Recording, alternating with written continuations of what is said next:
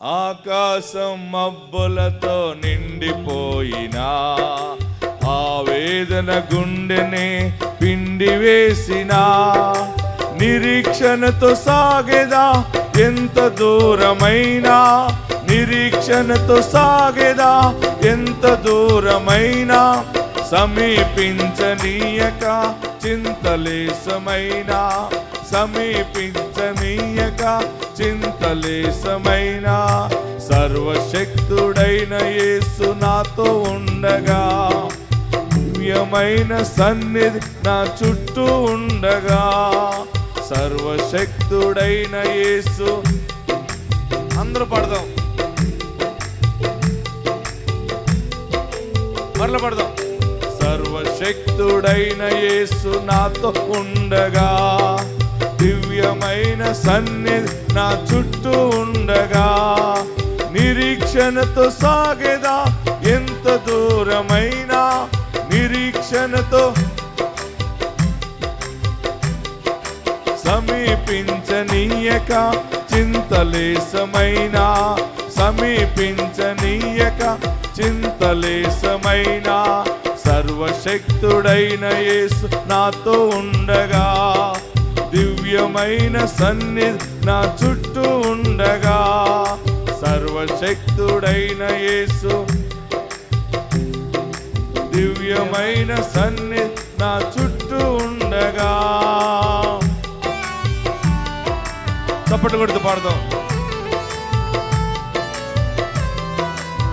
సేద తీర్చు సెలయేర్లు ఎండిపోయినా, ఆదరించు స్నేహితులు వీడిపోయినా,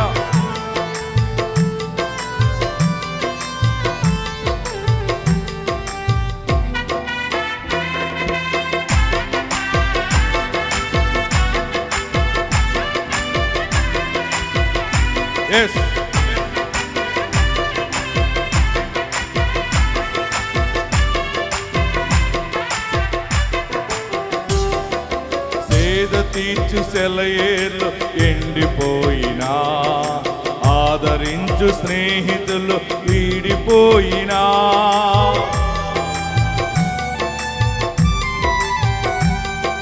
సేద తీర్చు సెలయేర్లు ఎండిపోయినా, ఆదరించు వీడిపోయినా, నిరీక్షణతో సాగేదా ఎంత దూరమైనా, నిరీక్షణతో సాగేదా ఎంత దూరమైనా, సమీపించనీయక చింతలేశమైనా, సమీపించనీయక చింతలేశమైనా, సర్వశక్తుడైన యేసు నాతో ఉండగా, దివ్యమైన సన్నిధి నా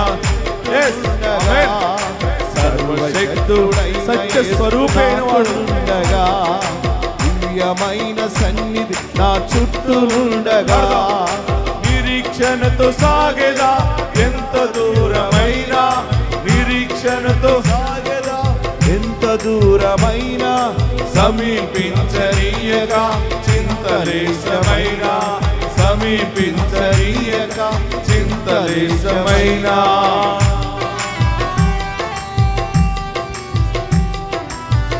అలసటతో నా దేహము మండబారిన, కదలనని నా పాదములు మొండికేసిన, నేను నిరీక్షణతో ఉంటా.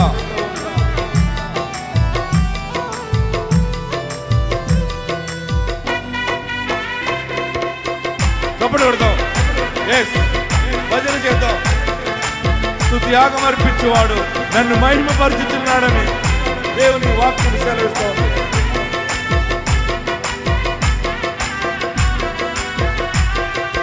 అలసటతో నా దేహం మండబారిన, కదలనని నా పాదం మొండికేసిన,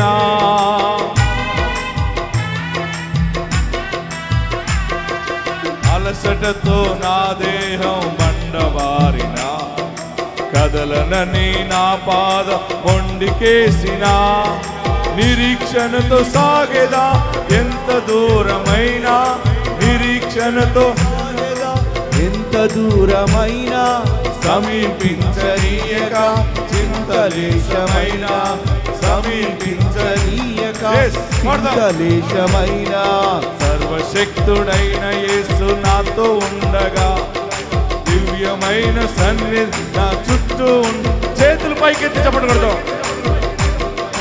నాతో ఉండగా, దివ్యమైన సన్నిధి నా చుట్టూ ఉండగా, నిరీక్షణతో సాగేదా ఎంత దూరమైనా, నిరీక్షణతో సాగేదా ఎంత దూరమైనా, సమీపించనీయక చింతలేశమైన, సమీపించనీయక చింతలేశమైన.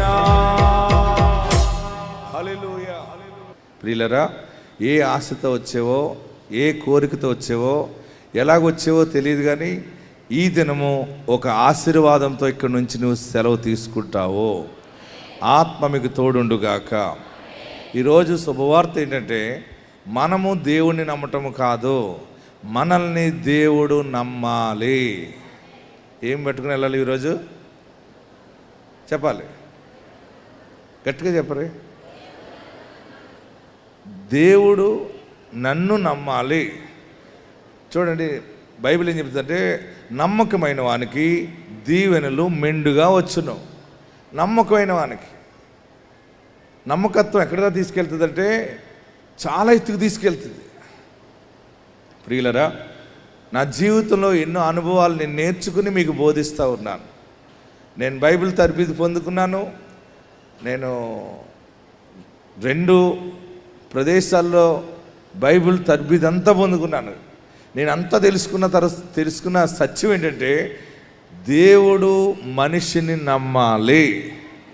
మనిషి దేవుడిని నమ్మటం కాదు, దేవుడు మనిషిని నమ్మాలంటే మానవుడు దైవ చిత్త ప్రకారము దైవికంగా నేను బ్రతకాలి, నేను యథార్థంగా ఉండాలి, పరిశుద్ధంగా ఉండాలని తీర్మానం చేసుకుని మానవుడు దైవ భయము కలిగి జీవించినప్పుడు దేవుడు మానవుణ్ణి దృష్టిస్తాడు.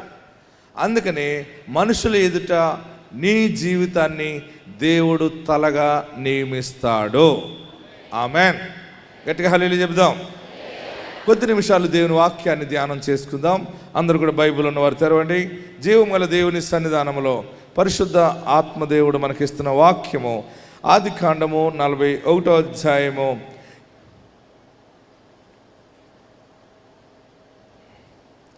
51, 52 వచనాలు చదువుకుందాం. ఆదికాండం తెరవండి. బైబిల్ ఉన్న వారందరూ కూడా జెనసిస్ చాప్టర్ 41 వర్స్ 50, 51, 52. అవతల హాల్లో ఉన్నవారు, బయట పెండాల కింద ఉన్నవారు అందరూ కూడా కొద్ది నిమిషాలు శ్రద్ధగా దేవుని వాక్యాన్ని ధ్యానం చేసుకోరండి. మరలా చెప్తా ఉన్నాను, ఆదికాండం 41వ అధ్యాయము 50, 51, 52 వచనాలు. నేను 3 అంకెలు చదివినప్పుడు అందరూ చదవాలి. స్టడీ 1, 2, 3. కరువు సంవత్సరం రాక మునుపు యోసేపుకి 2 కుమారులు పుట్టిరి. ఓని యొక్క యాజకుడైన పొతేఫరు కుమార్తెకు అసెనెతు అతనికి వారిని కనెను. అప్పుడు యోసేపు, నా సమస్త బాధను నా తండ్రి ఇంటి వారందరినీ నేను మర్చిపోనట్లు చేసినని చెప్పి తన జ్యేష్ఠ కుమారునికి మనష్షే అను పేరు పెట్టెను. తరువాత అతడు, నాకు బాధ కలిగిన దేశమందు దేవుడు నన్ను అభివృద్ధి పొందించినని చెప్పి 2వ వానికి ఎఫ్రాయిము అను పేరు పెట్టెను. దేవునికి మహిమ కలుగును గాక. గట్టిగా హల్లెలూయా చెప్పండి. నాతో ఈ మాట చెప్పండి. అప్పుడు యోసేపు, దేవుడు నా సమస్త బాధను నా తండ్రి ఇంటి వారందరినీ నేను మరిచిపోనట్లు చేసినని చెప్పి తన జ్యేష్ఠ కుమారునికి మనష్షే అను పేరు పెట్టెను. ప్రియులరా, శ్రద్ధగా ఆలకించండి. వాక్యం తెలుసున్నవారు గమనించండి, తెలియని వారు శ్రద్ధ కలిగి అర్థం చేసుకోవడానికి ప్రయత్నం చేయండి. యోసేపు అనేటువంటి ఒక మనుషుడిని మనం చూస్తూ ఉన్నాం పరిశుద్ధ గ్రంథంలో. యోసేపుని ఇంగ్లీష్లో జోసెఫ్ అంటారు. ఏమంటారు? జోసెఫ్ అంటారు. కొన్ని భాషల్లో యూసఫ్ అంటారు. అలాగే కొన్ని రకాలుగా కొందరు మాట్లాడుతూ ఉంటుంటారు. యోసేపు ఎవరు కుమారుడు అంటే యాకోబు కుమారుడు. యాకోబుకి పుట్టిన కుమారులలో యోసేపు ఒకడుగా కనబడుతూ ఉన్నాడు, చిన్నవాడుగా కనబడుతూ ఉన్నాడు. యోసేపు ఎప్పుడు కూడా మరి తండ్రికి దగ్గరగా ఉండేవాడు. అన్నదమ్ములు చేసే ప్రతి పనిని కూడా యోసేపు వచ్చి చెప్తూ ఉండేవాడు. యోసేపుని చిన్నవాడు గనుక తండ్రి అయిన యాకోబు చాలా గారముగా పెంచి రంగురంగుల వస్త్రం కుట్టించి మంచిగా చూస్తుంటే యోసేపుకి దర్శనం వచ్చింది. ఆ దర్శనములో 11 పనలు ఆ పనకి నమస్కరిస్తున్నట్టు కల వచ్చింది. యోసేపుకి ఏం కల వచ్చింది చెప్పండి? 11 వరి చేనులో 11 పనలు లేచి ఈ పనకి నమస్కరిస్తున్నట్టు కల వచ్చింది. అలా అన్నదమ్ములందరికీ చెప్పాడు. అన్నలారా, అన్నలందరూ పొలంలో పనిచేస్తూ ఉంటుంటే, అన్నలారా నాకు ఇలా కల వచ్చింది, 11 పనలు నా పనకి నమస్కరిస్తున్నాయని. వాళ్ళ అన్నదమ్ములందరికీ బాధ కలిగింది. నీకు పని చెప్పకుండా నిన్ను గొట్టు మీద కూర్చోబెట్టి నాన్న నీకు అవి ఇవి ఇచ్చి బట్టలు కుట్టించి మంచిగా చూస్తుంటే నీకు ఇలాంటి కళ్ళు వస్తున్నాయిరా అని కోప్పడ్డారు. మరలా తర్వాత ఇంకో కళ వచ్చిందన్నాడు. అన్నలారా, పొలంలో పని చేస్తున్నారు, అందరూ కోత కోస్తున్నారు, పంట ఎండలో చెమట కారుస్తూ ఎంతో కష్టంతో పనిచేస్తుంటే వాళ్ళందరి దగ్గరికి వెళ్ళి మంచి బట్టలు వేసుకుని వెళ్ళి గొట్టు మీద నిలబడి, అన్నలారా నాకు కళ వచ్చింది అన్నాడు. ఏం కళ వచ్చిందిరా నీకు అన్నాడు. అన్నలారా, 11 నక్షత్రాలు ఏంటి చెప్పాలి, ఆకాశంలో 11 నక్షత్రాలు, సూర్యుడు చంద్రుడు నాకు నమస్కరిస్తున్నాయి నా దానికంటే. వాళ్ళందరూ అన్నారు, అంటే 11 నక్షత్రాలంటే మేము, సూర్యుడు చంద్రుడు అంటే అమ్మ నాన్న అందరం కలిసి నీ కాలుకి దండం పెడతామా అని అన్నదమ్ములకి బాధ కలిగి చివరికి యోసేపుని కొట్టి ఈయన్ని చంపేయాలని పెట్టుకున్నారు. ఎవరిని? యోసేపుని చంపేయాలనుకున్నారు. చివరికి ఇంకొకడు అన్నాడు, వాడిని చంపేస్తే మనకి ఏమొస్తుందిరా, వాడిని గోతులోకి, నీళ్లు లేని గోతులోకి నెట్టేద్దామని నెట్టేశారు. నెట్టిన తర్వాత మరలా ఇంకొకడు అన్నాడు, వాడిని గోతులోకి నెట్టేస్తే ఏమొస్తుందిరా, వాడిని తీసి ఆ దారంపుడు వెళ్తున్నటువంటి ఇష్మాయిలీలకి అమ్మేస్తే డబ్బులు వస్తాయంటే గోతులో నుంచి తీసి దారిలో వెళ్ళేటువంటి ఇష్మాయిలీలకి యోసేపుని అన్నదమ్ములు అమ్మేశారు. అన్నదమ్ములు చేసే పని ఏంటంటే అమ్మేస్తారు, కొడతారు, తిడతారు, నిందలేస్తారు. కొన్ని కుటుంబాల్లో గొడవలు ఎలాగొస్తాయంటే ఓర్చుకోలేక అసూయతోటి కొంతమంది మీద ద్వేషం పెంచుకుంటూ ఉంటుంటారు. అయితే గోతులో గెంటినప్పుడు, ఆ అన్నదమ్ములు కొడుతున్నప్పుడు, అన్నదమ్ములు తిడుతున్నప్పుడు ఏమీ మాట్లాడకుండా మౌనముగా ఉన్నాడు యోసేపు.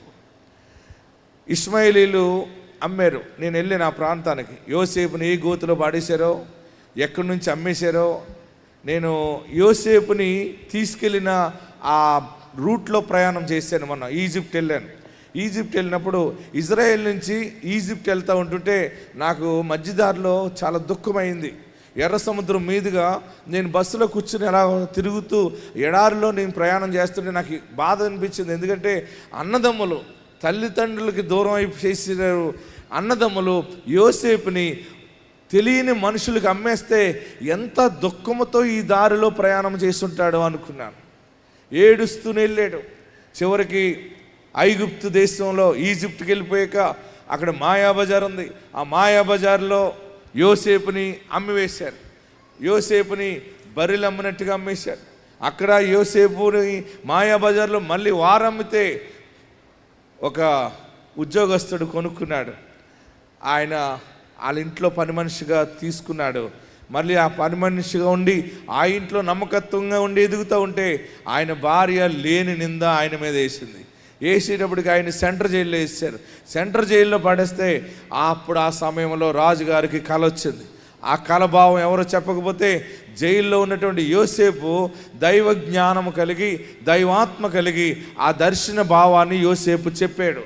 అప్పుడు చెబితే యోసేపుని ఐగుప్తు ఫరో, ఈజిప్ట్ రాజు ఏం చేశాడంటే, నీవు మామూలు మనిషివి కాదురా, నీవు దేవతల ఆత్మ ఉన్నవాడివి అని ఫరో చెప్పాడు. ఆమేన్, హల్లెలూయా. గట్టిగా హల్లెలూయా చెప్పండి, ఇంకా గట్టిగా హల్లెలూయా చెప్పండి. ఏదైనా చెప్పాలి దర్శన భావం అంటే ఐగుప్తులో ఉన్నటువంటి ఏ మంత్రగాళ్ళు చెప్పలేకపోయారు, ఏ గారిడి విద్య గలవారు చెప్పలేకపోయారు, ఏ శకునుగాండ్రు చెప్పలేకపోయారు. రాజుగారికి ఏదైనా కళ వచ్చిందంటే శకునుగాండ్రు ఉంటారు, మంత్రాలు చేసేవాళ్ళు ఉంటారు, ఎన్నెన్నో జాతకాలు చూసేవాళ్ళు ఉంటారు. వారందరూ కూడా చెప్పలేని దర్శన భావం యోసేపు చెప్పాడు. అప్పుడు అన్నాడు రాజు, నువ్వు చాలా గొప్పవాడుగా ఉన్నావు గనుక దీని మీద నీవు నాయకుడిగా ఉండాలి, ఈ దేశంలో నీవు ప్రధానిగా ఉండాలి. చూడు, నాకు వచ్చిన దర్శనం, రాజుగారికి వచ్చిన దర్శనం ఏంటంటే, కళ ఏంటంటే, సముద్రంలో నుండి 7 బలమైనటువంటి ఎన్నులు వచ్చినాయి. ఎన్ని వచ్చినాయి? ధాన్యం ఎన్నులాగా 7 ఎన్నెలు సముద్రంలో నుండి వచ్చినాయి. మళ్ళీ 7 బలహీనమైన ఎన్నులు దాన్ని మింగేసినాయి. ఆ కళ అనమాట. ఆ కళలో రెండవ పార్ట్ ఏంటంటే, బలమైన పాడి ఆవులు సముద్రంలోంచి వచ్చినాయి. 7 బలహీనమైన ఆవులు బలమైన ఆవుల్ని మింగినట్టు కళ వచ్చింది. చూడండి ఎంత భయంకరంగా వచ్చిందో. రాజుగారికి అర్థం కాలేదు, ఏంటి కళ ఇలాగొచ్చింది, ఎన్నులు రావటం ఏంటి, బలహీనమైన ఎన్నులు బలమైన ఎన్నులు మింగేయటం ఏంటి, బలమైన ఆవులు బలహీనమైన ఆవులు మింగేయటం ఏంటి. శకునిగా అంటారు, అందరూ కూడా జాతకాలు చూసేవారు, అందరూ చెప్పలేకపోయారు. అప్పుడు యోసేపు ప్రార్థన చేసి చెప్పాడు, రాజా మీ రాజ్యములో 7 సంవత్సరాలు బలమైన పంట పండుతుంది. రాజా మరొక 7 సంవత్సరాలు పంటలు పండవు. బలహీనమైన ఎన్నులు బలమైన ఎన్నుల్ని మింగేటువంటి 7 సంవత్సరాలు సమృద్ధి పంట ఉంటుంది.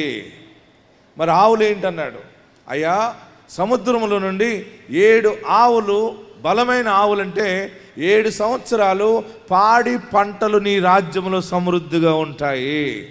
7 సంవత్సరాలు బలహీన ఆవులంటే పాడి పంటలు ఉండవు అని చెప్పాడు.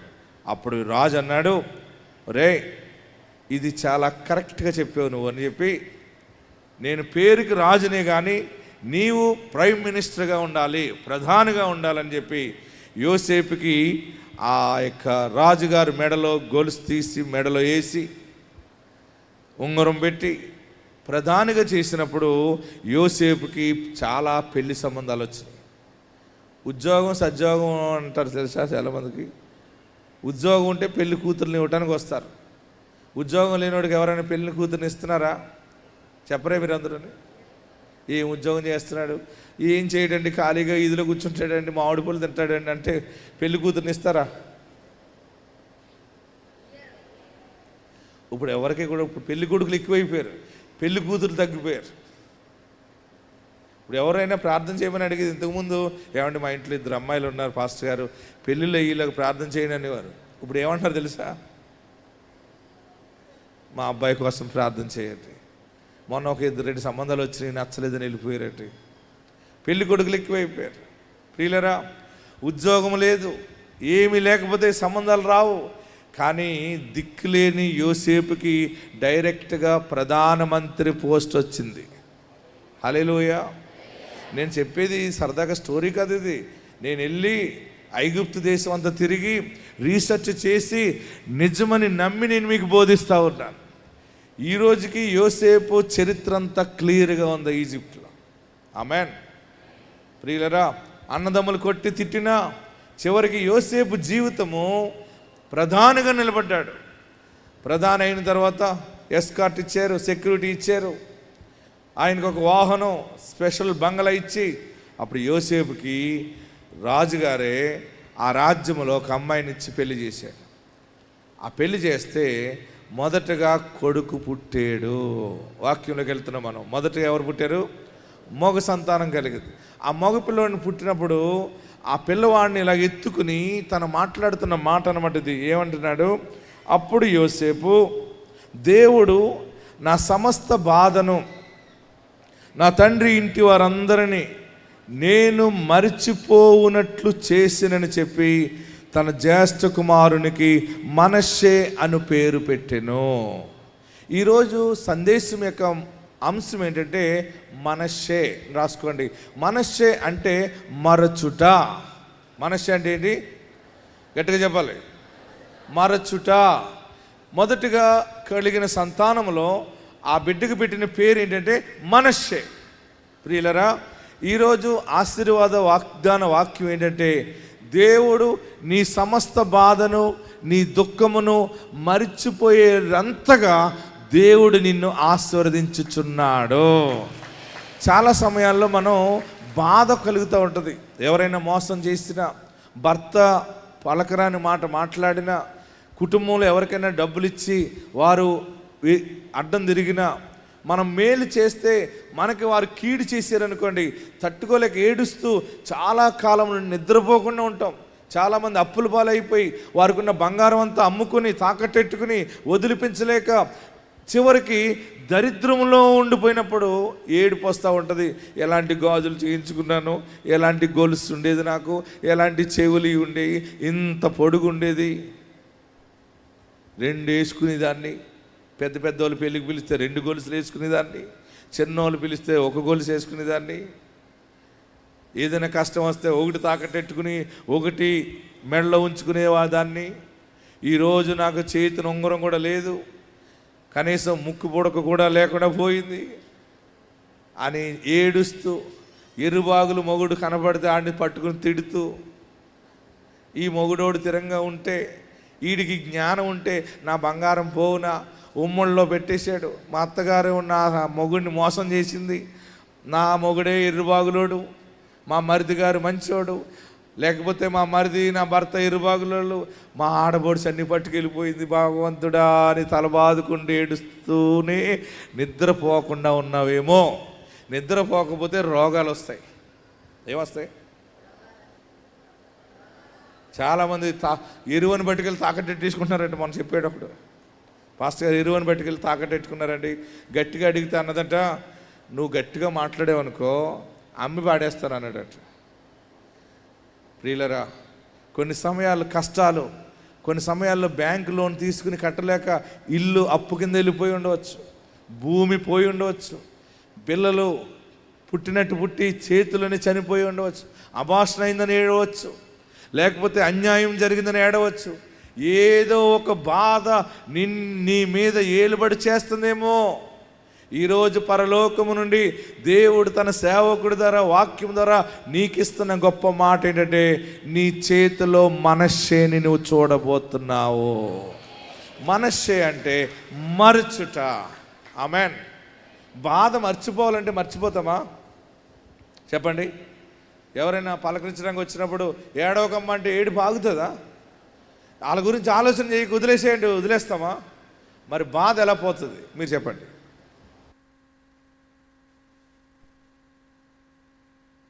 యోసేపుకి తను ప్రధానమంత్రిగా ఉన్నాడు, తనకు బంగళా ఉంది, అన్నీ బాగున్నాయి, తనకి భార్య కూడా ఉంది. కానీ తనకి బాధ అంతా ఏంటంటే, నా అన్నదమ్ములకి నేను దూరం అయిపోయాను. ఒకటి, నా అన్నదమ్ములు నన్ను అమ్మివేశారు. ఎంత ఘోరం అది! నా అన్నదమ్ములు కొట్టారు, నా తల్లిదండ్రులను చూడటానికి లేదు, అన్నీ ఉన్నా కానీ నాకు ప్రశాంతత లేదు, నాకు శాంతి లేదు, నెమ్మది లేదని ఏడుస్తూ ఉండేవాడు. నిద్ర పట్టేది కాదు యోసేపుకి. ఎప్పుడైతే తన గర్భము నుండి మగపిల్లడు పుట్టాడో అప్పుడు తనకి బలం వచ్చింది, తనకు నెమ్మది అయింది. అంటున్నాడు, దేవుడు నా సమస్త బాధను రాయేశాడు. చదవండి. అప్పుడు యోసేపు, దేవుడు నా సమస్త బాధను, చెప్పాలి, నా తండ్రి ఇంటి వారందరినీ నేను మర్చిపోవునట్లు చేసినని చెప్పి తన జ్యేష్ఠ కుమారునికి మనష్షే అని పేరు పెట్టెను. హల్లెలూయా. గట్టిగా హల్లెలూయా చెప్పండి. ప్రియులరా, బాధ మర్చిపోండి అంటే పోదది. ఎవరైనా మోసం చేసినా, కాని మాట మాట్లాడినా పట్టుదల ఎక్కువైపోతుంది. మనకి తగిన గుణపాఠం చెప్పాలని అనుకుంటాం.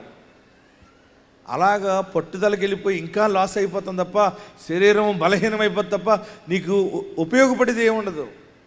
కానీ ఈ దినము పరిశుద్ధ వాక్కు ఇక్కడ కూడి ఉన్న మీ అందరికీ, లైవ్లో వాక్యం వినే వారందరికీ దేవుడిచ్చే గొప్ప మాట ఏంటంటే, నీ సమస్త బాధను నీవు మరిచిపోయేలాగా దేవుడు నిన్ను తలగా నియమించుచున్నాడు. ఇది నిజమే, ఇది నా కొరకే. ఈ వాక్కు, ఈ ప్రవచన వాక్కు నాకే అని నమ్మిన వారందరూ గట్టిగా చప్పట్లు కొట్టి 7 మార్లు ఆమెన్ ఆమెన్ అని చెప్పండి. 1 2 3 4 5 6 7. మీ బాధ పోవాలంటే, మీ కష్టం మర్చిపోవాలంటే ఏం జరగాలి? ఎవరికో 100 రూపాయలు ఇచ్చావు, 100 రూపాయలు నీకు తిరిగి ఇవ్వలేదు, నీ మనసు అంతా 100 రూపాయల మీదే ఉంది. 2 లీటర్ల పాలు అమ్మితే 100 రూపాయలు వచ్చినాయి నాకు. ఆ పాల డబ్బులు గెద్దలా పట్టుకుపోయింది అని ఏడుస్తూనే ఉన్నావు అనుకో. నీకు సడన్గా 1,00,000 రూపాయలు వచ్చిందనుకో. ఎంత? నీకు సడన్గా 1,00,000 రూపీ నీకు సడన్గా ఒక గిఫ్ట్ కింద వచ్చింది. అప్పుడు నువ్వేం చేస్తావు? ఆ 100 రూపాయలు పట్టుకెళ్ళిన వాళ్ళని గుర్తుపెట్టుకుంటావా? మోసం చేసింది, 2 లీటర్ల పాలు డబ్బులు దబ్బేసింది. 100 రూపాయలు అంటే ఏంటి, నాకు ఎన్ని సరుకులు వచ్చానో. ఆ 100 నీకు దరిద్రంలో ఆ 100 ఎక్కువగా ఉంటుంది. నీకు బాగా కలిసి వచ్చినప్పుడు, ఐశ్వర్యం నీకు వచ్చినప్పుడు ఆ 100 రూపాయలు నీకు లెక్కగా అనిపించదు. పోన్లే, నా 100 రూపాయలు తిని వాళ్ళు బాగుపడ్డారు, సంతోషం. 100 కాదు కదా, దేవుడు నాకు ఇప్పుడు 5 లక్షలు ఇచ్చాడు. దేవుడు నీకు 10 లక్షలు ఇచ్చాడు అనుకోండి. మీ వ్యాపారంలోనో, ఇందాక ఆమె ఏం చెప్పింది సాక్ష్యం, ఎలాగొస్తాయంటే 1 టన్ను వేరుశనగ అవుతుందా అవదా అనుకుంది. కానీ ఎన్ని టన్నులు అయినాయి? 12 టన్నులు వేరుశనగ వచ్చింది. ఇంకో సాక్ష్యం ఉంది, చెప్పలేదు. గుంటూరులో ఆమె 70 లక్షలు అప్పు అయిపోయిందని వచ్చింది. మొన్న శనివారం జరిగింది గుంటూరులో. అమ్మ నా వంక చూస్తుంది, వాళ్ళ కొడుకు పెద్ద వేరుశనగ బస్తా, ఎంత బస్తా పట్టుకొచ్చాడు. అందరూ తైలాభిషేక ప్రార్థన ఇలాగొస్తుంటే ఈ తల్లి కొడుకులు ఇలాగొచ్చారు. నేనన్నాను, ఈ బస్తా ఏంటి అన్నాను. ఆమె నా వంక అలా చూస్తూనే ఉండిపోయింది. అలాగే చూస్తూ ఉంది ఏంటి అని, ఏమ్మా అని ఇలా చూశాను. చూసేటప్పుడు కన్నుల నుంచి కన్నీళ్ళు వచ్చేస్తున్నాయి ఆమెకి. నేను ఇలా భుజం మీద చేసి, ఎందుకు ఏడుస్తున్నావు అమ్మా అన్నాను. అయ్యా 1 నిమిషం నేను మీతో మాట్లాడవచ్చా? 2 నిమిషాలు అంది. చెప్పన్నాను. దైవజనుడా, వ్యవసాయం చేసాం, మాకు అప్పులు పాలైపోయాం, 70 లక్షలు అప్పు అయిపోయాం, ఇంక దారి లేదు అనుకున్నప్పుడు ప్రార్థనా శక్తికి వచ్చాం. నీవు దీవించి పంపించావు, ప్రార్థన చేసి పంపించావు. ఈ ప్రార్థనా తైలముతోటి వ్యవసాయం చేసాం, పని చేసింది, 10 లక్షల రూపాయలు వచ్చింది. మళ్ళీ వచ్చి మళ్ళీ ఇంకొక 20 ఎకరాలు పొలము కౌలుకు తీసుకుని దాంట్లో ప్రార్థన తైలం వేసి దాంట్లో పంట వేస్తే ఆ పంట బోల్డ్ అంత పంట పండేసింది. మీకు ఆ సాక్ష్యం చూపిస్తాను చూడండి. ఇప్పుడు చివరికి దేవుడు నా బాధ అంతా మర్చిపోయేలా దేవుడు చేశాడు, ఇంత గొప్ప ఆశీర్వాదం వచ్చిందని చెప్పి ఈ ఆనందంతోనే ఏడుస్తున్నానని చెప్పింది ఆమె. ముందు మన కన్నీళ్ళు దేవుడు, దైవము ఆనంద బాష్పాలుగా మారుస్తాడు. హల్లెలూయా.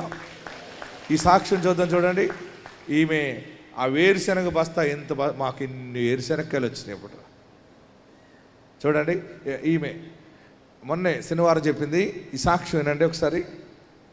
పేరు కాడి శ్రీనివాసరావు, వీరు పిన్నబోయినబారిపాలెం, బాపట్ల జిల్లా నుండి ఇక్కడ గుంటూరు తైలాభిషేకానికి వచ్చారు. వీరికి ఉన్న పొలంలో వరి పంట వేస్తే అది వానకి పడిపోవడం జరిగింది. తర్వాత పంట చేతికి కూడా సరిగా రాలేదని వారు బాధపడుతూ రెండోసారి వేరుశనగ వేశారు. అది కూడా వర్షం లేక, కాలువ నీరు లేక వారు ఎంతో ఏడుస్తూ ఇక్కడ తైలాభిషేకానికి వచ్చారు. వచ్చినప్పుడు దైవజనం ద్వారా దేవుడు మాట్లాడి వారికి ఒక వాగ్దానం ఇవ్వడం జరిగింది. ఎన్నడూ చూడని పంట నువ్వు ఇప్పుడు చూస్తావు, దేవుడు నిన్ను బహుగా ఆశీర్వదిస్తాడని దైవజనులు వాగ్దానం ఇచ్చి పంపించారు. వారి ప్రార్థన చేసిన విధంగా వారి ఇక్కడి నుంచి ఆ తైలాభిషేకం నూనె తీసుకొని వెళ్ళి వారి పంటలో చల్లినప్పుడు అసలు పోతుందనుకున్న పంట ఎకరానికి వచ్చి 50 బస్తాల వరకు వేరుశనగ రావడం జరిగింది. వారు 20 ఎకరాల పొలం పంట భూమి కౌలుకు తీసుకుని వేసిన పంట దేవుడు ఎకరంకి 50 బస్తాలు చొప్పున అంటే 1000 బస్తాల వరకు కాటా తూగిందని వారు సాక్ష్యం చెప్తూ ఉన్నారు. వారి రెండో కుమారుడు నరేష్ కూడా 8 సంవత్సరాలు. హల్లెలూయా. మీకు ఎందుకు చెప్తున్నానంటే ఎకరం 50 బస్తాలు చొప్పున పండింది వేరుశనగ. వారు మళ్ళీ ఎన్ని ఎకరాలు తీసుకున్నారు? 20 ఎకరాలు తీసుకుంటే 20 ఎకరాలకి 20 1000 బస్తా వచ్చిందని సాక్ష్యం చెప్పింది. అయ్యా అప్పంతలా తీరిందయ్యా అని చెప్తే నాకు అనుకున్నాను, మన అప్పులు ఎవరు తీరుస్తారు? నిజంగా అన్నదమ్ములు కూడా తీర్చరు, పలకరిస్తారు. నీ ఇంట్లో సంతోషమైన కార్యక్రమానికి మంచిగా భోజనం తినడానికి మాత్రం పాండ్స్ పౌడర్ రాసుకుని మరీ వచ్చేస్తారు, కళ్ళజోళ్ళు సర్దుకుని, హ్యాండ్ బ్యాగులు పెట్టుకుని. కొంతమంది బాక్స్ కూడా పట్టుకొచ్చేస్తారు, లోపల పట్టుకుపోదాం. మళ్ళీ కొంతమంది తినేసిన తర్వాత మళ్ళీ కూర అడ్డుపోతుంటారు, స్వీట్లు పట్టుకుపోతుంటారు. ఒక్కొక్కరికి ఎంత ఉన్నా అదో పిచ్చి. ప్రియులరా, నీ ఇంట్లో శ్రమ వచ్చినప్పుడు, నీ ఇంట్లో కష్టం వచ్చినప్పుడు ఎవరిని నువ్వు బలవంతంగా పిలిచినా కూడా రారు ఎవరిని దగ్గరికి. కానీ నీ శ్రమలో నీ దగ్గరికి వచ్చేవాడు దైవ కుమారుడొక్కడే. హల్లెలూయా, హల్లెలూయా, గట్టిగా హల్లెలూయా చెప్పండి. ప్రియులరా, నా దగ్గరికి ఒక మనుషుడు వచ్చాడు. ఆ మనుషుడు ఏదో చెప్పాడు, ఫోన్లే అని చెప్పి సంతకం పెట్టాను. ఆ మనుషుడు శ్రీరామ్ చిట్లో దాంట్లో లోన్ తీసుకున్నాడు. లోన్ తీసుకుని ఒక్క వాయిదా కట్టలేదు ఆ మనుషుడు. వాడు ఏం చేశాడంటే దానిని 4 లక్షల చిల్లర వేసుకుని వచ్చాడు. నేను ప్రార్థనకి వెళ్దామని రెడీ ఇంట్లోంచి బయటకు వస్తుంటే ఫైనాన్స్ కంపెనీ వాళ్ళు వచ్చి నా ముందు నిలబడ్డారు. నేను అన్నాను, ఎవరి కోసం వచ్చారంటే మీకోసం వచ్చామన్నారు. అదేంటన్నాను, మీరు సైన్ చేశారు, ఆ మనుషుడు డబ్బు కట్టలేదు, మీరు కట్టుతారా, కోర్టుకి వెళ్తారా అన్నాడు. అదేంటి కట్టపోవటం ఏంటి? సరే నేను మాట్లాడతానులే, వెళ్ళిపోండి అని చెప్పి పంపించి ఆ మేనేజర్తో మాట్లాడి నేను ఎవరికి సంతకం పెట్టానో ఆ మనుషుడు ఎక్కడున్నాడా అంటే ఆ మనుషుడు పరారులో ఉన్నాడు. ఎక్కడున్నాడు? పరారు. అప్పుడు ఎవరు కట్టాలి? అప్పుడు చెప్పండి, నేనే కట్టాలి. మా ఇంట్లో పెద్ద మనిషి ఉన్నాడు, పెద్ద ఆయనకి బాధ కలిగి మొత్తం మీద ఆ మనుషుడు ఎవరింటికో పెళ్ళికి వచ్చాడు మా ఊర్లో. ఆ పెళ్లి కార్యక్రమానికి అటెండ్ అవుతే మాకు సంబంధించిన మనుషులు వెళ్ళి ఆ మనుషుని పట్టుకుని తీసుకుని వచ్చారు. తీసుకొచ్చి అలాగని అల్లబెట్టేసి తీసుకొచ్చారు. తీసుకొస్తే నాకు చెప్పారన్నమాట, నువ్వు సైన్ చేసావు కదా, డబ్బులు ఇవ్వకుండా పారిపోయాడు కదా, ఆ మనుషుని పట్టుకొచ్చావు, నువ్వు గట్టిగా మాట్లాడాలి, ఇలా వసూలు చేయాలి, అలా వసూలు చేయాలి అన్నారు. నేనన్నా ఆ మనుషుని కాసేపు చర్చలో కూర్చోబెట్టండి అన్నాను. సరే అని చెప్పి నా పని చూసుకుని ఆ మనుషుడి దగ్గరికి వెళ్ళి చూసినప్పుడు నేను అన్నాను, అన్నాను, ఎలా ఉన్నావు అన్నాను. అయ్యా నా పరిస్థితి బాగాలేదయ్యా, తొందరగా కట్టేస్తానండి అన్నాడు. నాకు ఆ మనుషుని చూస్తే చాలా జాలేసింది. ఎలా కడతాడు? ఏమీ లేదు, భయపడుతున్నాడు. నేను అన్నాను, భయపడకు, సరే భోజనం చేసేవా అంటే భోజనం చేయలేదండి, వీళ్ళు తీసుకొచ్చారు, భయం వేస్తుందని అన్నాడు. మళ్ళీ జేబులో 500-1000 రూపాయలు ఉంటే తీసి ఆ మనుషుడికి ఇచ్చి, నువ్వు వెళ్ళిపో, నువ్వు భోజనం చేయి, తప్పదు, ఇదేదో దేవుడే చేస్తాడులే, నువ్వు వెళ్ళిపో అని చెప్పి ఆ మనుషుడిని నెమ్మదిగా పంపించేసి, అదేదో నేనే పడతానులే, నీకు ఇంకెప్పుడు కూడా నిన్ను డబ్బులు నేను అడగను, ఏదో జరిగింది పోలే, నీ పరిస్థితి బాగోలేదు, దేవుడే సహాయం చేస్తాడులే. ఇంతకీ ఆ మనుషుడిని వదిలేశాను, కానీ నేను ఆ అప్పు తీర్చే అంత ధనం నా దగ్గర లేదు. నాకు అంత కష్టం ఉంది. ఎలాగా? ఈ తీసుకొచ్చిన వాళ్ళందరినీ ఇలా పెట్టుకుని, ఏంటిది ఇలా మాట్లాడేటేంటి ఇతను అన్నారు. నేనన్నాను, ఆ మనుషుడు హృదయం గాయమైంది, ఇంకా మనం గాయం చేస్తామా? ఇది దైవభక్తి కాదు. ఇది ఆ మనుషుడు బాగుంటే తీర్చేవాడే, తీర్చలేడు కదా, సరే దేవుడు ఏదో సహాయం చేస్తాడని. నమ్మరు మీరు, నేను ఎంత కష్టపడి 3 రకాలుగా ఆ కంపెనీ వాళ్ళతో మాట్లాడి నేను ఆ బాకీని అనా పైసలతో సహా కట్టి ఆ మనుషుడి ఇంటికి ఆ చెక్కులు అవి కూడా పంపించేశాను. ఇప్పటికీ ₹1 రాలేదు. ఎక్కడైనా కనబడితే ఇషాక్ గారు వందనాలండి అంటాడు, అంతే. ఆడు వందనాలు అంటున్నాడు, కానీ దాని వెనకాల ఎంత బాధ భరించే మనం. నాకు అనిపించింది, ఇలాగా ఎవరికైనా మనం మేలు చేస్తే ఇలాగే మోసం చేస్తున్నారు. మీకు ఇంకా ఒకటే చెప్పాను, ఎంతమంది మోసం చేసి ఇచ్చారో. ఎందుకంటే నేను తిరిగి అడగలేను, నా వల్ల కాదు. స్నేహంగా కలవటం, సంతకాలు పెట్టించుకోవటం, నా దగ్గర ఏదైనా ఉంటే అప్పు కింద పట్టుకెళ్ళిపోవటం, అందరూ కూడా రాబందులు కింద తినేశారు. అందరూ తినేసినప్పుడు ఒకసారి జ్ఞాపకం చేసుకుని, ఒక పెద్ద మనిషి అన్న మాట ఏంటంటే, నీకు అవసరమా, ఇన్ని దెబ్బలు తగులుతున్నా మీరు ఇంకా ఇలాగ చేస్తున్నారు ఏంటంటే, నేను అనుకున్నాను. అప్పుడు మోకరించి ప్రార్థన చేశాను, ప్రభువా ఏంటి పరిస్థితి అంటే, దేవుడు అంచెలంచెలుగా నన్ను హెచ్చించి ఆ బాధ అంతా మర్చిపోయేలాగా దేవుడు నన్ను చేశాడు. ఆమేన్, హల్లెలూయా. మనం మేలు చేస్తాం కొన్ని సమయాల్లో మన మనస్సాక్షిని బట్టి మనము ఎంతో సహాయం చేస్తాం. వారు మనకి మోసం చేస్తారు, మనుషులు నీకు మోసం చేసినా, మనుషులు నీకు అన్యాయం చేసినా దేవుడు నీకు అన్యాయము చెయ్యనే చెయ్యడు. అంతే. హల్లెలూయా చెప్పండి, ఇంకా గట్టిగా హల్లెలూయా చెప్పండి. న్యాయము తీర్చే నీవు నాకుంటే, న్యాయము తీర్చే, నీకు ఎవరు లేరనుకుంటున్నావేమో న్యాయం తీర్చడానికి. ఒక శక్తి ఉన్నాడు, ఒక శక్తివంతమైన యేసు నామం ఉన్నది. న్యాయము తీర్చే నీవు నాకుంటే చాలు యేసయ్యా, నాకు చాలు యేసయ్యా. నమ్మకమైన దేవుడవైనా నీవే చాలు యేసయ్యా. నమ్మకమైన దేవుడవైనా నీవే చాలు యేసయ్యా. నేనేమయ్యున్నా, ఏ స్థితిలో ఉన్నా, నేనేమయ్యున్నా, ఏ స్థితిలో ఉన్నా ఇంకేమి కోరుకోనయ్యా, ఇంకేమి కోరుకోనయ్యా. పాడదాం. ఆప్తులైన వారే హాని చేయ చూసిన మిత్రులే నిలువకుండినా, ఆప్తులైన వారే హాని చేయ చూసిన మిత్రులే నిలువకుండినా,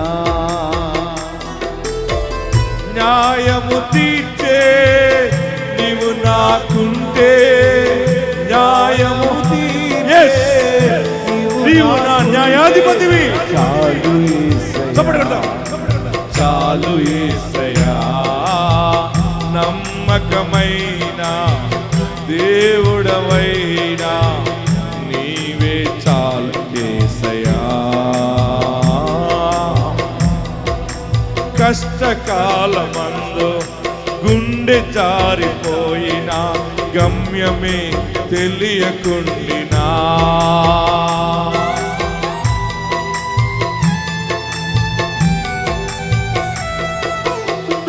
కష్టకాలమందు గుండె జారిపోయినా, గమ్యమే తెలియకుండినా,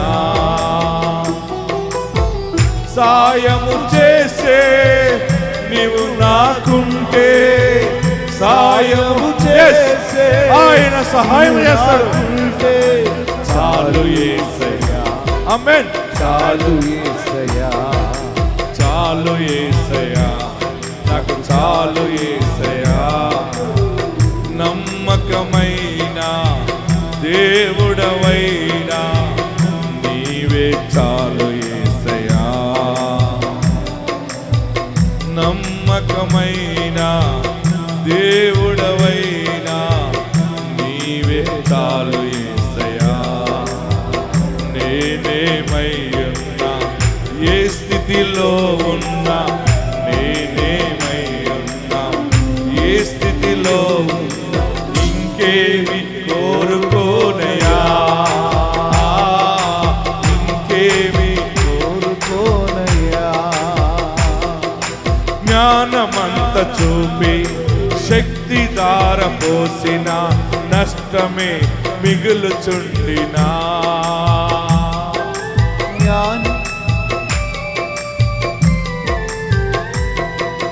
జ్ఞానమంత చూపి శక్తి దార పోసిన నష్టమే మిగులుచుండినా, శాపము బాపే నీవు నాకుంటే, శాపము బాపే నీవు నాకుంటే చాలు యేసయ్యా. చాలు యేసయ్యా. ఆమేన్. చాలు యేసయ్యా, నాకు చాలు యేసయ్యా. నమ్మకమైన దేవుడవైనా నీవే చాలు యేసయ్యా. నమ్మకమైన దేవుడవైనా నీవే చాలు యేసయ్యా. నేనేమై ఉన్నా, ఏ స్థితిలో ఉన్నా, నేనేమై ఉన్నా, ఏ స్థితిలో ఇంకేమి కోరుకోనయా, ఇంకేమి కోరుకోనయా. హల్లెలూయా. గట్టిగా హల్లెలూయా చెప్పండి. ఇంకా గట్టిగా హల్లెలూయా చెప్పండి. ఒక్కొక్కసారి భయంకరమైన కష్టాలు వస్తాయి. ఒక్కొక్కడు ముఖం మీద బొంకేస్తూ ఉండేవాడు. ఎప్పుడైనా ఎవరి దగ్గరైనా ఒక ₹1,00,000 తీసుకున్నాం అనుకోండి, వాడు అబద్ధం ఆడి 2 అంతలు చెప్పేవాడు. అయ్యో నేను నీకు సగం ఇచ్చాను కదంటే, ఇవ్వలేదండి, అందలేదండి. అలా చూసుకుని ముఖం మీద ఇలాగ అబద్ధాలు ఆడుతుంటే బాధ అనిపించేది. చర్చ్ కట్టడానికో దేనికైనా సేవ ప్రారంభం ఎన్నో ఇబ్బందులు. కొంతమంది రాబందుల్లాగా రక్తం తాగేస్తూ ఉంటుంటారు. వారందరూ మోసం చేస్తున్నా, మనం మోసపోతున్నా నా కళ్ళతో ఎలా చూస్తూ ఉండేవాడిని.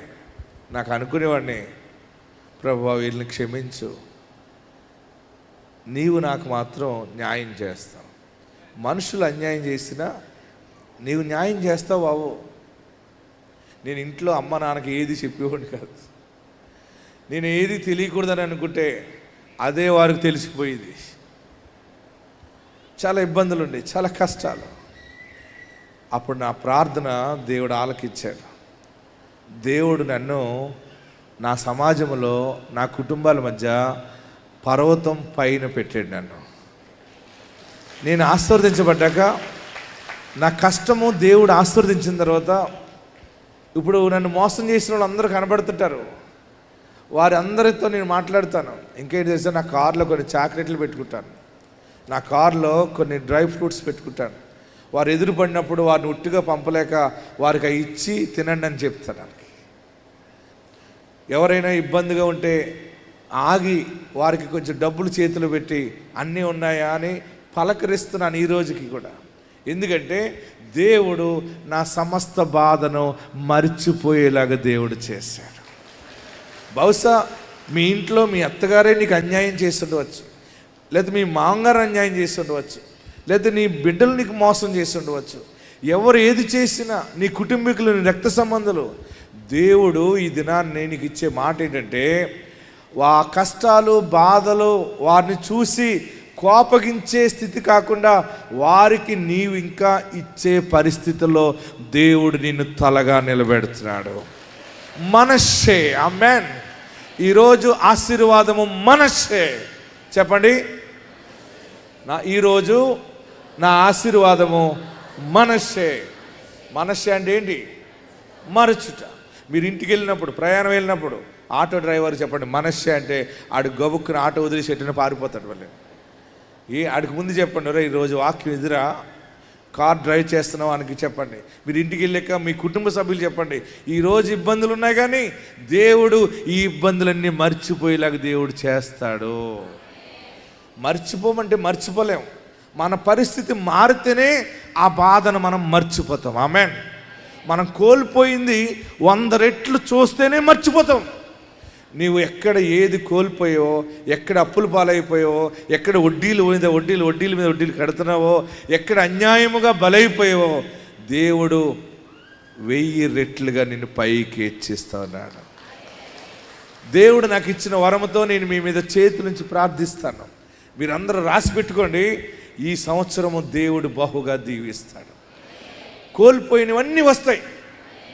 మీకు ఒకటి చెప్పనా, మొన్న ఒక ఆమె ఏం చేసిందంటే, విజయవాడలో కోల్పోయినవన్నీ వస్తావని చెప్పేవాడు కదా ప్రసంగం. పెళ్లి చేసుకున్నారు వారు. పెళ్లి చేసుకున్నాక ఒక కొడుకు పుట్టాడు. సంవత్సరం అయింది. సంవత్సరానికి ఇద్దరి మధ్య బిష్ వచ్చింది. ఎవరిద్దరి మధ్య? భార్య భర్తల మధ్య. భార్య భర్తల గొడవలకి ముందు కారకులు ఎవరవుతారు చెప్పండి? ప్రశ్న బాగుంది కదా. ఇక్కడ మీరందరూ ఉన్నారు కదా, నేను అడుగుతున్నాను, ఎవరికి చెప్పండి, స్లోగా చెప్పండి. భార్య భర్తల మధ్య గొడవ వస్తుందంటే ముందు కారకులు ఎవరుంటారు? ఎవరు చెప్పట్లేదు, ఎవరి మధ్య బిగిసిపోయి ఏం చెబితే ఏం కష్టం అవుతుందో. మగవాళ్ళకి అనుకుంటారు, ఆడవాళ్ళు అనుకుంటారు, ఆడపిల్లలు. ఈ లేడీస్ ఏమనుకుంటారంటే మా ఐదారు మగవాళ్ళ వల్లే వస్తుంది అనుకుంటారు. కానీ నేను చెప్తున్నాను, ఈ ప్రశ్న వాయిదా వేసేద్దాం, ఓకేనా? సుప్రీంకోర్టుకి వేసేద్దాం, తర్వాత చూద్దాం, సరే తర్వాత తెలుసుకుందాం. ఇప్పుడు సబ్జెక్ట్ ఏంటంటే ఈ భార్య భర్తలు ఇద్దరికి గొడవ వచ్చింది. ఎంత గొడవ అంటే వారిద్దరు కొట్టుకుని తిట్టుకుని కేసు పెట్టుకుని కోర్టుకి వెళ్ళిపోయారు. విడాకులు అయిపోయాయి. పెళ్ళి పెడాకులు అయిపోయినాయి. విడాకులు ఏమంటారు బాబోయ్? విడాకులు అయిపోయినాయి. విడాకులు అయిపోయింది సంవత్సరం, 2 సంవత్సరాలు, 3 సంవత్సరాలు, 14 సంవత్సరాలు అయింది విడాకులు అయిపోయి. ఎన్నాళ్ళైంది? అప్పుడు విన్న వాక్యం ఏంటంటే ఆమె అన్నీ కోల్పోయాను కదా, ఏంటి ఇతను ఎలా చెప్తున్నాడు? కోల్పోయినవన్నీ తిరిగి వస్తాయని చెప్తున్నాడు ఏంటి? నా భర్తను కోల్పోయాను, తండ్రిని కోల్పోయాను, తల్లిని కోల్పోయాను, నా బ్రతికిలాగా అయిపోయిందని ఏడుస్తుంటే దేవుడు తన భర్త మనసు మార్చాడు. తైలాభిషేకానికి వచ్చాక ఆ మనుషుడు వచ్చి ఆ మనుషుడి దగ్గరికి ఒకరు వెళ్ళి అడిగారు, ఎంతకాలం మరి ఇలాగా నువ్వు పెళ్లి చేసుకోలేదు, ఆ అమ్మాయి కూడా పెళ్లి చేసుకోలేదు, ఇంకెందుకు ఎవరినో చేసుకోవటం, మళ్ళీ ఆ అమ్మాయినే పెళ్లి చేసుకోవచ్చు కదా అంటే, నా మనసు మారింది, నా భార్య నాకు కావాలన్నాడు. విడాకులు అయిపోయిన తర్వాత మళ్ళీ కాపురం మొదలెట్టడానికి ఉండదు డైరెక్ట్గా, తెలుసా మీకు? విడాకులు అయిపోయాక మళ్ళీ ఏం చేయాలి? ఇక్కడ ఎవరికి తెలియదునట్టున్నారు. మళ్ళీ పెళ్లి జరగాలి. ఏం జరగాలి? మరలా పెళ్లి జరగాలి. మరలా పెళ్లి జరిగింది. పెళ్లి జరిగింది, తైలాభిషేకంగా వచ్చింది. పెళ్లి జరిగిన నెలకి మళ్ళీ గర్భం వచ్చేసింది. గర్భం వచ్చినటువంటి తర్వాత ఆ ఆడపిల్ల పుట్టింది. ఆ ఆడపిల్లని తీసుకుని మొన్న విజయవాడ వచ్చి నా చేతిలో పెట్టింది. ఇదిగో దైవజనుడా, కోల్పోయినవన్నీ తిరిగి వస్తాయన్నావు కదా, నా మొగుడోడు తిరిగి వచ్చాడు, పెళ్లి చేసుకున్నాం, ఆడబిడ్డ పుట్టిందని సాక్ష్యం చెప్తా చూడండి అమ్మాయి. ఎందుకు చెప్తానంటే దైవానికి ఏదైనా సాధ్యమే. ఆమేన్. ఈ సాక్ష్యం విందాం. దేవుని పేరిట అందరికీ నా వందనాలు. దైవ సేవకుల దగ్గరికి 2023 గుంటూరులో వస్తూ ఉండగా నాకు దైవ సేవకుడు ద్వారా డైలీ మాట్లాడేవాళ్ళు వాగ్దానంతో. నువ్వు కోల్పోయినవన్నీ తిరిగిస్తాను అనేవాళ్ళు. నాకు అర్థమయ్యేది కాదు. తల్లి చనిపోయింది, తండ్రి చనిపోయాడు, భర్త విడిపోయాడు, ఎట్లా ఇస్తారో అర్థమయ్యేది కాదు. ఏడుస్తూనే వచ్చాను. కానీ ఒకరోజు కొడుకుది చెయ్యి ఇరిగింది. ఇక్కడికి వచ్చానండి. ఇక్కడికి వచ్చినప్పుడు మా అత్తయ్య చూసి నన్ను మళ్ళీ మీకే చేస్తామని చెప్పి మాట్లాడి మా ఇరువురికి వివాహం చర్చిలో ఘనంగా జరిపించి ఒక్క నెల రోజుల తర్వాతే మళ్ళీ ఈ బిడ్డను మళ్ళీ దేవుడు నాకు ఇచ్చాడు. సంవత్సరానికే విడిపోయాను. 14 సంవత్సరాలు దూరంగానే ఉన్నాను. కానీ దేవుని సన్నిధికి ఇక్కడికి వచ్చాక దేవుడు నాకు కార్యం చేశాడు. ఏది కోల్పోయినా నీ పితరుల స్వాస్థ్యం మరలా వస్తుంది. ఈరోజు ఆశీర్వాదం ఏంటంటే మనషే బ్లెస్సింగ్, మనషే ఆశీర్వాదము. మీ శ్రమలు, మీ బాధలు మర్చిపోవాలంటే నీ స్థితి తారాస్థాయికి ఎదగాలి. అంటే ఈరోజు దేవుడు నిన్ను, నీ బిడ్డల్ని పైకి హెచ్చించటం మొదలు పెడుతున్నాడు. మీకు పోయిన ఇల్లు గురించి ఏడవకండి, పోయిన డబ్బు గురించి ఏడవకండి, పోయిన బంధాల గురించి ఏడవకండి. మరలా దేవుడు ఏడంతలుగా నీ మీద కుమ్మరించబోతున్నాడు. దానికి నేను సాక్షిని. ఆశీర్వదించబడతారు. అందరూ ఉన్న చోట లేచి నిలబడండి. యోసేపు తన కుమారుని ఎత్తుకుని చెప్పిన గొప్ప మాట ఏంటంటే, నేను నా సమస్త బాధను, నా తండ్రి ఇంటి వారిని మర్చిపోయేలా దేవుడు నన్ను చేసి నన్ను ప్రధానిగా ఆశీర్వదించాడు, నన్ను కుటుంబముగా దీవించాడు. ఒంటరిగా అమ్మివేయబడిన నన్ను దేవుడు నన్ను కుటుంబముగా బ్లెస్ చేశాడు. ఎక్కడుండేవారు అక్కడ లేచి నిలబడి 2 చేతులు ఆకాశం వైపు చాపి, నా బ్రతుకులో నాకు అన్యాయం జరిగిందని ఏడుస్తున్నావా? న్యాయము దేవుడు చేయబోతున్నాడు. మరలా నీ పాడి, నీ పంట బాగుంటుంది. మరలా నీ ఉద్యోగం నీకు వస్తుంది, ప్రమోషన్ నీకు వస్తుంది. మోసపోయాను, మోసం జరిగిందని ఏడుస్తున్నావు కదా, దేవుడి బాధను మర్చిపోయేలాగా చేసి నిన్ను ఒక అధికారిగా, ఒక సింహాసనం మీద ఒక ఉన్నతమైన రైట్లో నిన్ను పెట్టబోతా ఉన్నాడు. ఎక్కడున్నవారు అక్కడ 2 చేతులు పైకెత్తి, తల పైకెత్తి, కళ్ళు మూసుకుని 7 మార్లు యేసయ్యా అని పిలవండి. 1 2 3 4 5 6 7. నన్ను దీవించు బాబు, నన్ను ఆశీర్వదించు. అందరూ కూడా మీ కుడి హస్తాన్ని తలపైన పెట్టుకోండి. నన్ను బ్లెస్ చేయి. 2 చేతులు పెట్టుకోండి. ఎవరో నిన్ను దీవించటం కాదు, దైవమే నిన్ను 2 దీవించేలాగా నీ హస్తములో ఉన్న దోషాన్ని కొట్టివేసి నీ బ్లెస్సింగ్ నీకే వస్తుంది. 2 చేతులు నీ తలపైన పెట్టుకో. ఎవరో నీకు ఇస్తారు చేస్తారని కూడా కాదు, దేవుడే, దైవమే నీ మనసుకు తగినట్టుగా, నీ విశ్వాస పరిణామానికి తగినట్టుగా ఆయన నిన్ను బ్లెస్ చేస్తాడు. ఎక్కడున్నవారు అక్కడే. నీకు అర్థం కాకపోయినా 2 చేతులు తలపైన పెట్టుకుని యేసయ్యా అని ప్రార్థన చేయండి.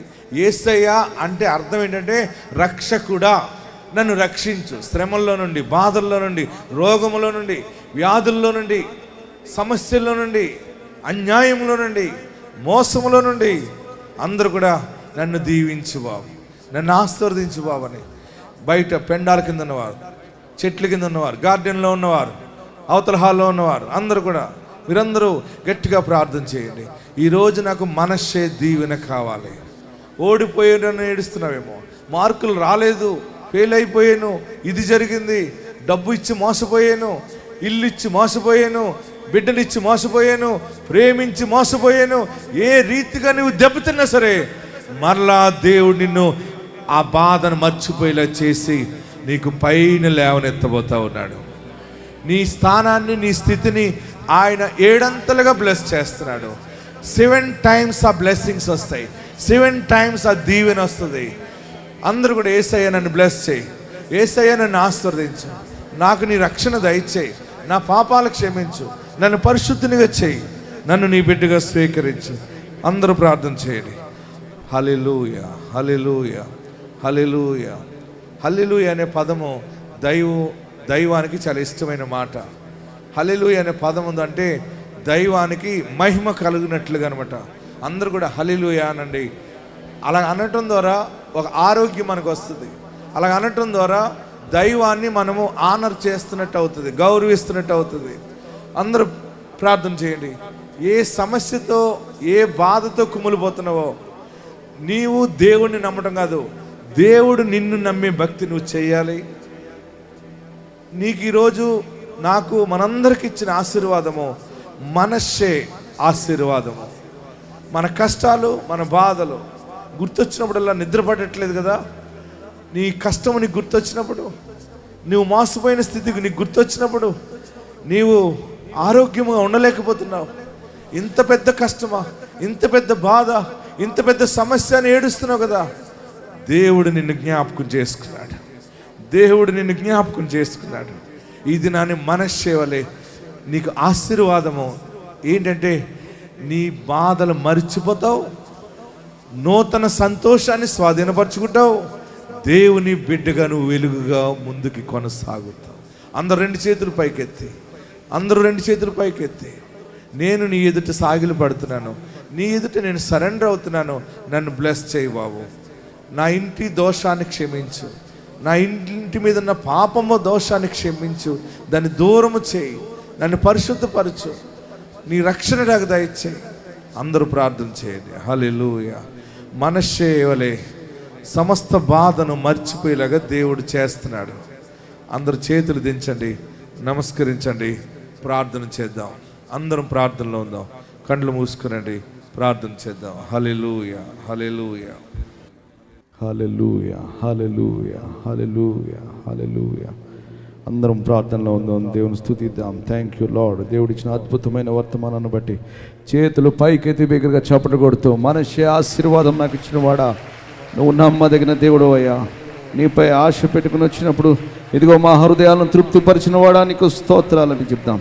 హల్లెలూయా, హల్లెలూయా, హల్లెలూయా. మన సమస్త బాధను మర్చిపోయే రీతిలో ప్రభు మనల్ని ఆశీర్వదించాడని నమ్మిన వారు ముందుగానే కృతజ్ఞత చెల్లిస్తూ బిగ్గరగా చప్పట్లు కొడుతూ ప్రభు నామాన్ని కనపరుద్దాం. హల్లెలూయా. ప్రార్థనలో ఎక్కువిద్దాం. మా మంచి తండ్రి నీకు స్తోత్రాలు, మా రక్షకుడా నీకు స్తోత్రాలు, మా కాపరి నీకు స్తోత్రాలు. మమ్మల్ని ఎరిగి ఉన్నవాడా, మమ్మల్ని కాయిచున్నవాడా, మమ్మల్ని కాపాడుచున్నవాడా, మా ప్రతి పరిస్థితిని చూచుచున్న దేవుడా, అన్నీ ఎరిగిన వాడవై ఉండి నీ కనుదృష్టి మాపై ఉంచి ఇదిగో నాయనా ఈ తైలాభిషేకంలో పాల్గొనడానికి మాకు ఇచ్చిన దేవా ఈ గొప్ప కృపను బట్టి నీకు వందనాలు, ఈ గొప్ప భాగ్యమును బట్టి నీకు వందనాలు. ఇదిగో నాయనా నీ ప్రవక్తను నిలవబెట్టి దేవా నీవు ఇచ్చిన జీవపు మాట కొరకు వందనాలు చెల్లించుకున్నాను. మనషే ఆశీర్వాదమును ఈరోజు నీ ప్రవక్త ద్వారా మా ఇట్లా ప్రకటించినందుకు నీకు వందనాలు తండ్రి. మేము పట్టుకుంటున్నాం ఈ మాటను, మేము ఎత్తిపడుతున్నాం, మేము పొందుకుంటున్నాం. ఈ ఆశీర్వాదంతో మేము దీవించబడుతున్నాం తండ్రి. మా నోట గొప్ప సాక్ష్యము దేవా నువ్వు సిద్ధపరిచించావు, నీకు వందనాలు.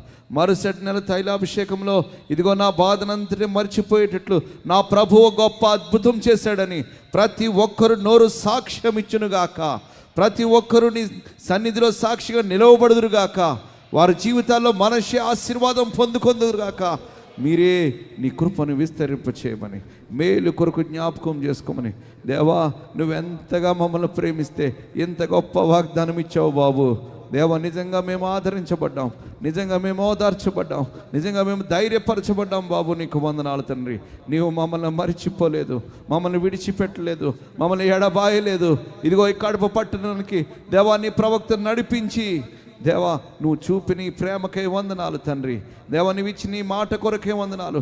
నీ మాట జీవము కలిగినది, నీ మాట శక్తి కలిగినది, నీ మాట సత్యమైనదయ్యా. నీ మాట నెరవేర్చువాడవు, మాట ఇచ్చి నెరవేర్చుటకు సర్వశక్తిమంతుడైన దేవుడవు. అబద్ధమాటకు నీవు నరుడవు కాదయ్యా. మేము ఎంతగా నమ్మితే అంతగా మేము నేను పొందుకుంటాం బాబు.